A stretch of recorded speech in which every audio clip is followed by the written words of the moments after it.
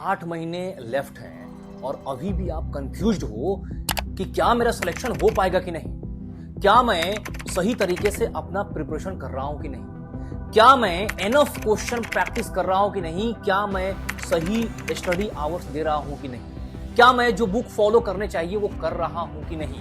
अभी भी बहुत ढेर सारे कंफ्यूजन आपके दिमाग में है। ये पूरा वीडियो आपको सारी चीजें बताएगा, कैसे रिवाइज करें, कैसे पढ़ें, कौन से बुक को फॉलो करें, आपका प्रिपरेशन सही ट्रैक पे चल रहा है कि नहीं। मैं आपको बताने वाला हूं कि नेक्स्ट 24 आवर आपका कैसा दिखेगा, पूरा डिजाइन बता दूंगा और उसी को बस रेप्लिकेट कर चला जाना है डेली के डेली।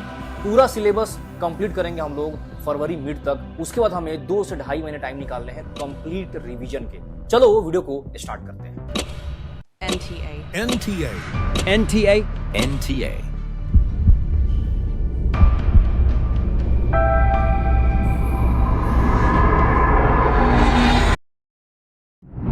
2025 को बेस बनाकर चला जाए तो अगर हमें सबसे पहले फोकस करना चाहिए ऐसे सब्जेक्ट के ऊपर जो हम बिल्कुल 100% कमांड कर सकते हैं, तो हमारे पास बच्चों 3 सब्जेक्ट हैं।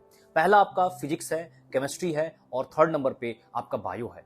तो बेटा आपको सबसे पहले फोकस करना है अपने बायो को बहुत अच्छे से मजबूत करने पे, जिसमें कि आप एकदम गारंटीड हो जाओ, बिल्कुल श्योर हो जाओ कि साहब चाहे जो भी हो जाए 330 से 340 नंबर तो मेरे से कोई छीन ही नहीं सकता। आप 2025 को बेस बना लो, आप 2019 को बेस बना लो, आप 2016 के एग्जाम को बेस बना लो, उसी के हिसाब से प्रिपरेशन करो। अच्छा सर इससे ज्यादा टफ एग्जाम हो जाएगा तो ऑब्वियस सी बात है और कम ही नंबर आएगा। सर इससे बहुत इजी हो गया तो 2024 की तरह, आप नहीं प्रेडिक्ट कर सकते एग्जाम को कैसा होगा। आप हर एक तरह का पेपर तैयार करो। अगर आप बहुत अच्छे लेवल के प्रिपरेशन करते हो ना तो इजी क्वेश्चन आएगा तो आप ऐसे ही सॉल्व कर ले जाओगे। बस वहां पे आपको सिली मिस्टेक्स को ध्यान रखना होगा। आपने अगर मॉक टेस्ट दिया होगा तो आपने जरूर एनालाइज किया होगा कि जो अगर पेपर इजी आता है तो आप उसमें ज्यादा मिस्टेक करते हो, किया है ना। अगर आपने ये चीज एनालाइज किया है तो आप जरूर नीचे कमेंट सेक्शन में आप लिखना यस सर कि हमने इजी मॉक टेस्ट में ज्यादा सिली मिस्टेक किया था।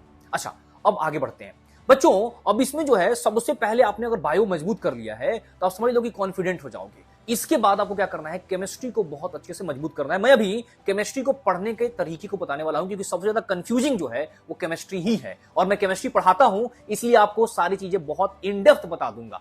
फिर बारी आती है फिजिक्स की। देखो अगर आपने अपना बायो ठीक कर लिया, आपने अपनी केमिस्ट्री ठीक कर ली, 140-50 नंबर आप केमिस्ट्री में स्कोर कर ले रहे हो तो आप समझ लो कि आप सिलेक्शन के बिल्कुल करीब पहुंच चुके हो। इसके बाद आपको क्या करना है, कम से कम 120-30 नंबर आपको फिजिक्स में भी सिक्योर करने हैं बेटा।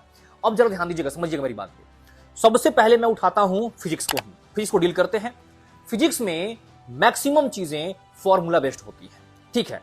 उसके बाद जो भी थोड़ा सा क्वेश्चन ट्विस्ट किया जाता है वो कॉन्सेप्ट के बेसिस पे ट्विस्ट किया जाता है। यानी कि अगर आप अपने कॉन्सेप्ट को इन डेप्थ समझते चले जाते हो, फॉर्मूला को याद करते जाते हो तो आराम से आप 40 क्वेश्चन सॉल्व कर सकते हो, बहुत इजीली सॉल्व कर सकते हो। बस बच्चे पता है पैनिक कहां करते हैं, बच्चे फिजिक्स के भी क्वेश्चन को बायो के क्वेश्चन की तरह जज करते हैं। मैंने देखा है कि जैसे ही कोई क्वेश्चन बच्चे के सामने आता है उनके दिमाग में एक टाइमर चलने लगता है, 1 सेकंड 2 सेकंड 3 सेकंड, अरे इसमें तो 1 मिनट लग गए, 180 क्वेश्चन पर क्वेश्चन 1 मिनट, हम तो ज्यादा टाइम दे दिए, अब तो पता नहीं सॉल्व हुआ कि नहीं। अब जरा सोचो दिमाग में जब ये ओवर थिंकिंग चलेगी तो आप क्वेश्चन पे कैसे कॉन्सेंट्रेट करोगे। आपको जानना चाहिए कि जानते हो फिजिक्स हो चाहे केमिस्ट्री हो चाहे बायो हो, अगर मैं फिजिक्स की बात करूं उसमें भी ऐसे क्वेश्चन आएंगे कि जिसको आप देख करके सॉल्व कर सकते हो, बट ऐसे सारे क्वेश्चन नहीं होते जिसको आप देख करके सॉल्व कर ले जाओगे। कुछ क्वेश्चन में आपको कैलकुलेशन करने पड़ेंगे तो उस क्वेश्चन में हो सकता है कि 2 मिनट 2.5 मिनट लगे। ये पता कब चलेगा, जब आप अभी करेंट टाइम पे क्वेश्चन की प्रैक्टिस करोगे। ये मैं रिकमेंड करूंगा आप जरूर एससी वर्मा का ऑब्जेक्टिव 1 ऑब्जेक्टिव 2 जरूर सॉल्व कर लें, इससे आपको बहुत ज्यादा बेनिफिट मिलने वाला है। अच्छा ये बात रही किसकी, फिजिक्स की, कि आप क्या करेंगे, अपने कॉन्सेप्ट पे फोकस करेंगे, अपने फॉर्मूले को याद रखेंगे और क्वेश्चन की प्रैक्टिस करेंगे। जेई मेन के भी क्वेश्चन को सॉल्व कर लो, एडवांस नहीं, किसके, जेई मेन के क्वेश्चन को आप सॉल्व कर लो। अब बात करते हैं बच्चों केमिस्ट्री की। केमिस्ट्री मोस्ट कंफ्यूजिंग है कि कैसे पढ़े उसको। केमिस्ट्री के 3 पार्ट्स हैं, फिजिकल है, इनऑर्गेनिक है और ऑर्गेनिक है। फिजिकल केमिस्ट्री को जैसे आपने फिजिक्स पढ़ा था ना वैसे ही बिल्कुल पढ़ना, यानी कि कॉन्सेप्ट इन डेप्थ समझने हैं, फॉर्मूले को याद रखना है और क्वेश्चन की, न्यूमेरिकल क्वेश्चन की अच्छी खासी प्रैक्टिस करनी है। जहां तक मैंने देखा है नीट के बच्चों को जो कॉन्सेप्चुअल क्वेश्चन आते हैं ना, कुछ रहता है ना कि जरा बताओ which of the following is are correct, तो वो उनमें दिक्कत नहीं आती बहुत ज्यादा। बट दिक्कत कहां पर आती है, क्वेश्चन को जब सॉल्व करते हैं तब उनके दिमाग में वही टाइमर चलने लगता है कि अरे ये तो 1 मिनट ज्यादा हो गया। नहीं, आराम से खूब अभी अभी इस टाइम पे करंट सिचुएशन में आप क्वेश्चन की खूब प्रैक्टिस करो। सर कितने करें क्वेश्चन की प्रैक्टिस? एक चैप्टर में आप कम से कम 200 क्वेश्चन की प्रैक्टिस करो, ठीक है? और उसमें से आइडेंटिफाई कर लो 5, 10, 15, 20 क्वेश्चन जिसमें आपको दिक्कत आ रही है। क्लियर है कहानी? आगे हम लोग क्या करेंगे, उसी को रिवीजन में बार बार रिवाइज करेंगे। आ रही है? क्लियर है? डन है? अच्छा, अब आगे बढ़ते हैं बच्चों। अब हम लोग बात करते हैं किसके बारे में, इनऑर्गेनिक केमिस्ट्री के बारे में। इनऑर्गेनिक केमिस्ट्री जैसे आप बायो पढ़ते हो ना, बिल्कुल उसी तरीके से पढ़ना है, कुछ भी ज्यादा दिमाग नहीं लगाने की जरूरत है। यानी कि आप पढ़ो, उसको याद रखो, उस पे बेस्ड क्वेश्चन को सॉल्व करो। कोई फॉर्मूला तो होता ही नहीं है, जो भी होता है वो कॉन्सेप्ट ही होता है और उसी कॉन्सेप्ट को हमें याद रखना है। जितना याद रहेगा उतना आप अच्छे से सॉल्व कर ले जाओगे। मान लो आपसे मैं क्वेश्चन पूछ दूं, which of the following is group 1 element, lithium दे दूं, आपको क्लोरीन दे दूं, फ्लोरीन दे दूं, ब्रोमीन दे दूं, तो आंसर बता पाओगे? कब बता पाओगे? जब आपको याद रहेगा तब। आपसे मैं क्वेश्चन पूछ दूं, which of the following is are ionic compound, आप बता पाओगे? कब बता पाओगे? जब आपको ध्यान रहेगा तब। तो इसलिए इसमें क्या करना है, ज्यादातर याद रखने की कोशिश करनी है, कॉन्सेप्ट्स को याद रखिए। फिर बारी आती है किस चीज की, आपके ऑर्गेनिक केमिस्ट्री की। ऑर्गेनिक केमिस्ट्री में आपको जो मेन पार्ट है, सबसे मेन पार्ट, वो भी कॉन्सेप्चुअल है। जैसे कि रिएक्शन मैकेनिज्म वाला पार्ट, जीओसी बिल्कुल लॉजिकल है, बच्चे उसको याद कर ले जाते हैं। आइसोमेरिज्म मैथ्स की तरह है बिल्कुल, उसको भी बच्चे याद कर ले जाते हैं, ध्यान रहता है उनको। दिक्कत कहां पर आती है, दिक्कत आती है रिएक्शन मैकेनिज्म में। जब रिएक्शंस होता है उसमें कुछ रिएजेंट होते हैं और उससे कुछ प्रोडक्ट बनता है, तो कैसे याद रखेंगे साहब इसको? एक फ्लो चार्ट बना लो, एक दीवार पे लगा लो एकदम। जानते हो ज्यादा तो रिएक्शन है नहीं, मैक्सिमम रिएक्शन जो होते हैं कुछ ही कैटेगरीज के होते हैं, उनको आप सेग्रीगेट कर लीजिए, एक जगह पर लिख लीजिए, उसमें क्या रिएक्टेंट है, क्या रिएजेंट है और क्या प्रोडक्ट बनता है, बस बात खत्म। A + B से C बन रहा है, इतना ही है, बस बात खत्म। आई बात समझ में नहीं? क्लियर है? इसके बाद अब हम लोग बच्चों बात करते हैं कि सर हमें एनसीईआरटी किस वाले पार्ट में पढ़ना जरूरी है। मान लीजिए पढ़ना पड़ गया, तो अगर आप चाहते हो पढ़ना एनसीईआरटी, तो आप पहले तो अपने टीचर से एक बार कंसल्ट कर लेना। अगर वो बोलते हैं हाँ बेटा पढ़ लेना, तो आप पढ़ लेना पीरियोडिक टेबल का, यानी कि पूरी इनऑर्गेनिक केमिस्ट्री का एनसीईआरटी पढ़ लीजिएगा। उसके बाद ऑर्गेनिक केमिस्ट्री का भी आप एनसीईआरटी पढ़ सकते हैं, कोई दिक्कत की बात नहीं है। और बात रही किस चीज की, बायो की, तो बच्चों बायो में आपको बहुत अच्छे से क्या करना है, चीजों को बार बार पढ़ना है, ताकि पूरे कॉन्सेप्ट्स, पूरी जो याद रखने वाली चीजें हैं, क्रैम करने वाली चीजें, जो बिल्कुल दिमाग में ठूस लेने वाला चीज है, उसको आप याद रख पाओ बार बार। जानते हो, अब मैं एक चीज आपको रिकमेंड करने वाला हूं, वो जो सबसे इंपॉर्टेंट बात है, पता है क्या? बच्चे गलती क्या करते हैं, उनको लगता है कि हम रिवीजन जो है लास्ट में करेंगे 2 महीने, यहीं पे बच्चे गड़बड़ कर जाते हैं। आप करंट में जो चीज पढ़ रहे हो आपको बिल्कुल अच्छे से याद है। आप देखते हो ना कि जो चीज आप पढ़ते हो, टीचर अगर एक्सप्लेन कर दिए, आप आराम से उससे रिलेटेड, अगर पहला क्वेश्चन मान लो नहीं भी आता है, तो पहला क्वेश्चन सर ने एक्सप्लेन किया, दूसरा क्वेश्चन कर दिया, तीसरे क्वेश्चन से आप खुद ब खुद सॉल्व करने लगते हो। करते हो कि नहीं? आप कमेंट में बताना हाँ या ना, करते हो कि नहीं? उसके बाद आपको दिक्कत पता है क्या आती है, जब ये चैप्टर 1 आध महीने कंप्लीट हुए हो जाते हैं तब, यानी कोई नया चैप्टर स्टार्ट हो गया, कुछ टाइम बीत गया, अब इस चैप्टर को आप भूल जाते हो। जानते हो, डेली बेटा डेली आपको रिवीजन के लिए अपना समय अलॉट करना ही करना है, चाहे जो हो जाए। एकदम जानते हो, एकदम रिलीजियसली चीजों को फॉलो करोगे, आप 100% मेडिकल कॉलेज में जाओगे। कोई बहुत बड़ा रॉकेट साइंस नहीं है यहाँ पे। अब मैं आपको बताने वाला हूं कि आपका 24 घंटा दिखाई कैसे देने वाला है, जो कि सबसे ज्यादा इंपॉर्टेंट, इस वीडियो का सबसे इंपॉर्टेंट पार्ट।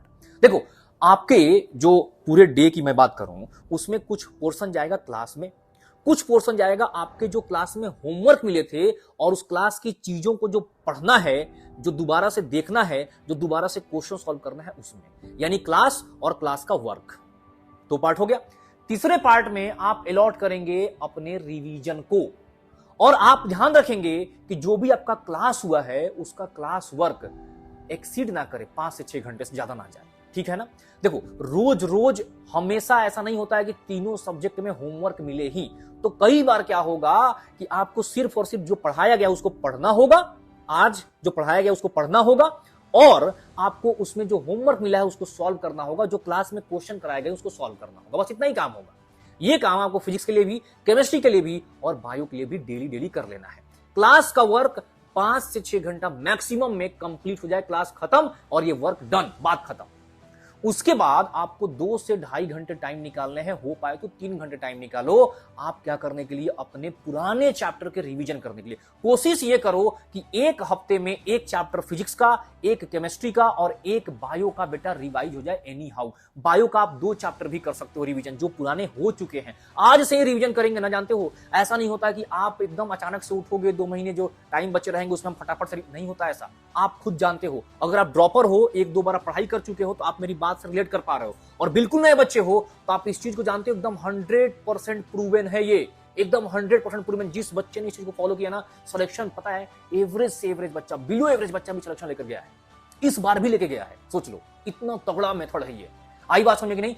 आप डेली 2 से ढाई घंटे टाइम निकालेंगे ही निकालेंगे अपने रिवीजन के लिए, जो पुराने चैप्टर हो चुके हैं उनके। और कोशिश ये करना है कि एक वीक में, ध्यान देना, देखो कितना तगड़ी चीज है, एक वीक में आप अपने एक चैप्टर फिजिक्स के, एक केमिस्ट्री के और एक बायो के करेंगे ही करेंगे। आपको 6 घंटे 6.5 घंटे टाइम मिलेंगे एक वीक में।